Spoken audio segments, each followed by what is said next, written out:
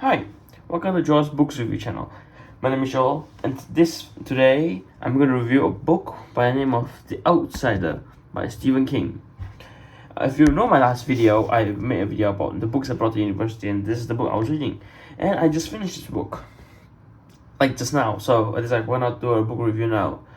And boy oh boy, you're going to be in a treat for this book. It's Stephen King. You've seen my Holly video, it's the same main character. Oh, but this book is so good. The more disturbing it gets with Stephen King is better, right? Okay. So this book, who is it about and what is it about? This book is about Detective Ralph Anderson. At first, he was the main character, and then Holly came in, but that will be in the later parts of the book. Oops, sorry. And then, so yeah. So how does this book start off? This book starts off with an old man walking in the woods with his dog. In like a woods. It's like in the show, if you watch the show. But yeah, while walking, his dog stumbled upon a droplets of blood along the path. So what did the dog do? The dog decided to follow the trail of blood, and then they found something gruesome. They stood face to face with a dead body, a child dead body. The name's Frankie Peterson. The body was Frankie Peterson. He was like 10 years old, and what they see is really gruesome, really disturbing dead body, and I cannot talk about it here because it's very bad. And so Detective Ralph Anderson, he is a police working in the Flint City police department. So he was in charge of this crime scene at first. So he was in the crime scene and he saw the child as well, and he was very disturbed by it because it's like his son's age. His son is Derek Anderson. It's like also very young. And guess okay, so the Ralph Anderson, Detective Anderson, interviewed a few people that said that they saw a guy named Terry Maitland. A 9-year-old girl said that she saw him, his mouth full of blood, his shirt full of blood, and his pants full of blood. He said that he apparently broke his nose. But it's very suspicious because there was too much blood, right? It was on his fingers as well, back of the shirt as well. And so yeah, another one said he apparently helped Frankie Peterson.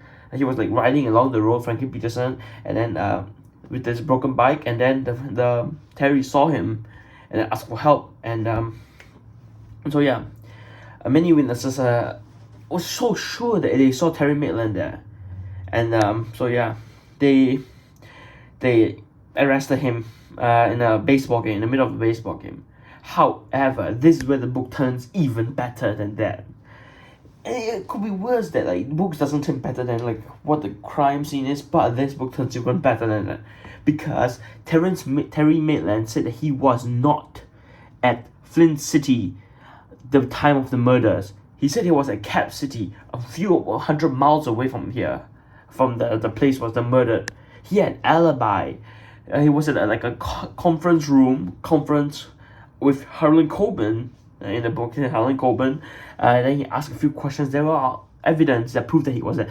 However, that's not it. Evidence in the Flint City Department, the dead body of the kid, the van, found the evidence that Terry Maitland was the murderer. So this comes to question in your mind, right? How could he be in the place of the murder and in Cap City in the same time of these deaths? So yeah, of course he will ask. Of course, Terry Maitland asked for a lawyer. Howie Gold is the lawyer of him. So yeah, Terry Maitland is all concerned that he didn't do it, and Marcy Maitland, all of them, also vouch he didn't do it.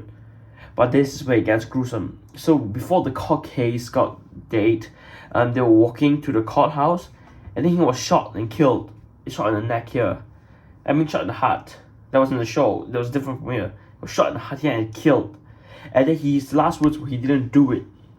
He said to Ralph he didn't do it. And then in the time of this tournament, a few weeks later, Marcy's daughter witnesses something strange. She's been having weird dreams about the outsider.